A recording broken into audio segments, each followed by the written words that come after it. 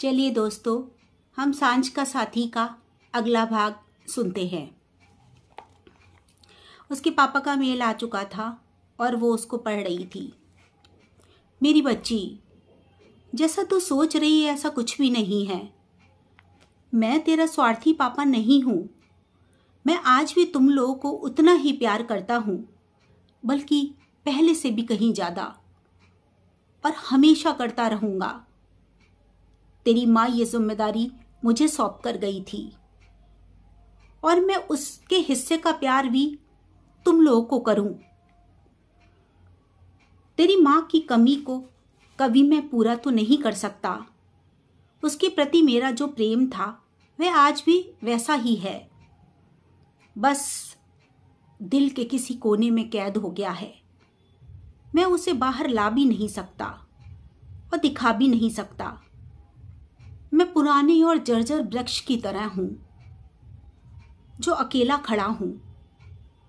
एक ऐसा वृक्ष जो फल तो देता है, मगर उसके पास कोई भी पौधा नहीं पनपता।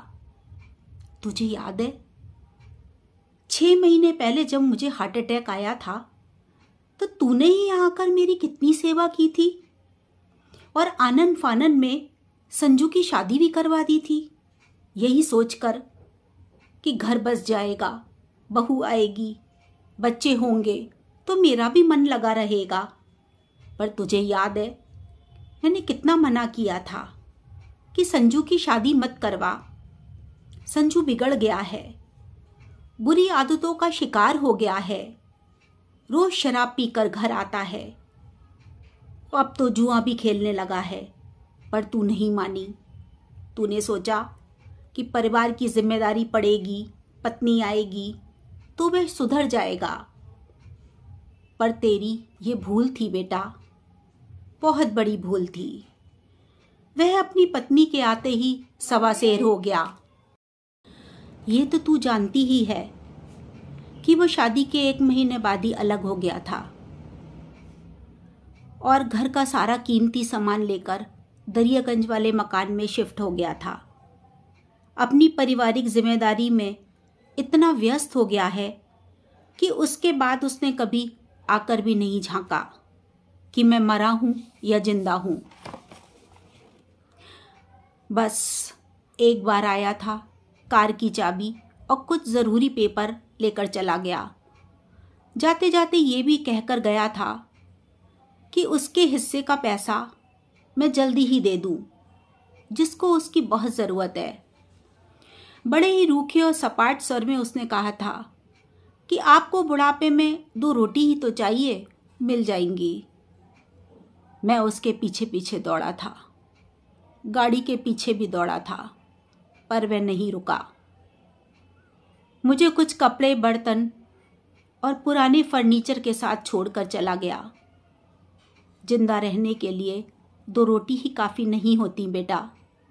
मुझे और खाने पीने की कोई कमी नहीं है, पर मेरा कोई अपना नहीं है, कोई पास नहीं है, कोई बोलने वाला नहीं है।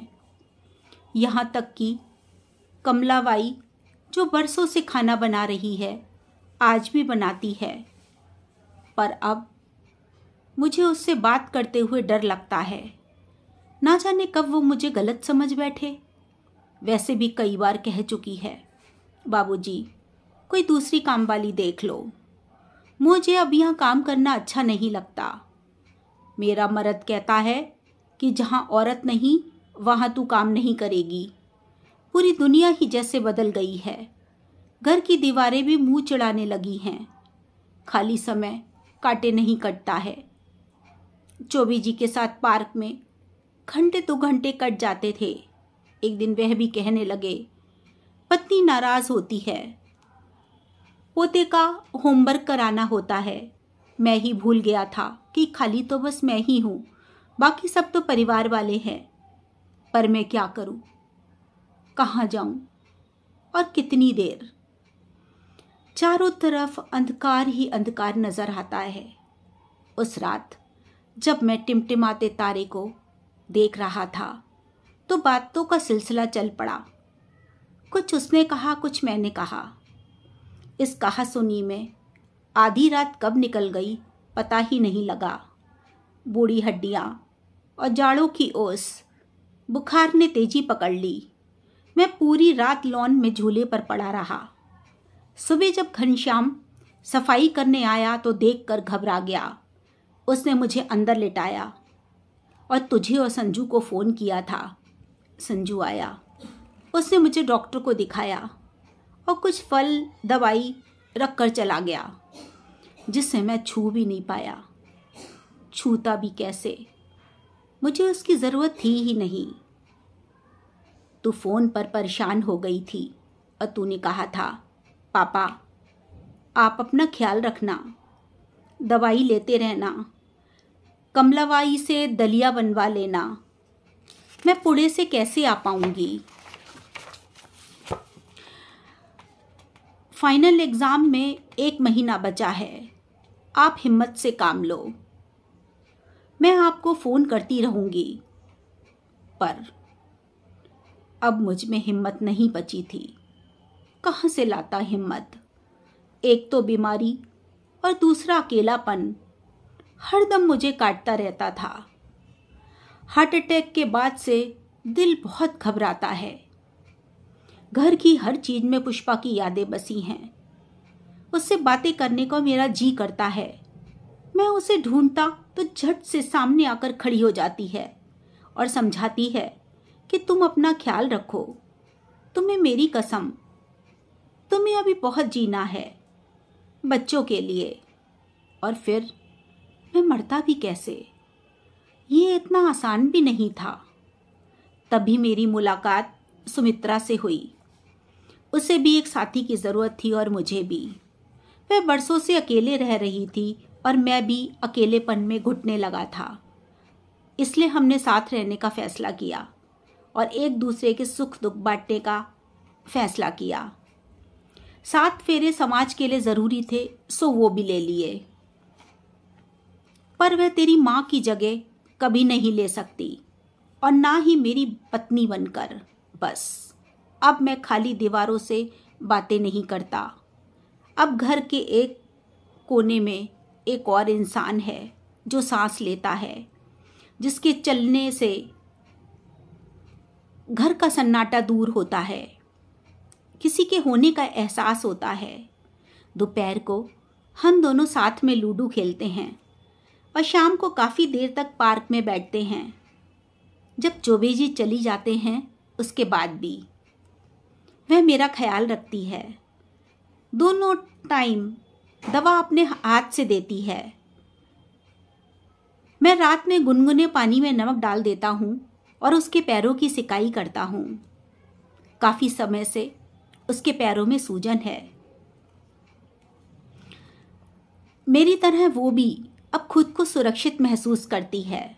कहती है, अब जब मैं मरूंगी ना तो लावारिस की तरह नहीं मरूंगी। वह चाय का पतीला धोकर ही रखती है। खाली समय में एक स्वेटर बना रही है। जब मैंने उससे पूछा ये किसका स्वेटर है तो वो हंसकर कहने लगी, दीप्ति के लिए पोंचू बना रही हूँ। उसके इस जवाब से मुझे आत्मसंतुष्टि सी मिली है। मेरी पत्नी भी नहीं है, तेरी माँ भी नहीं है। उसके साथ मेरा एक अलग सा रिश्ता बन चुका है।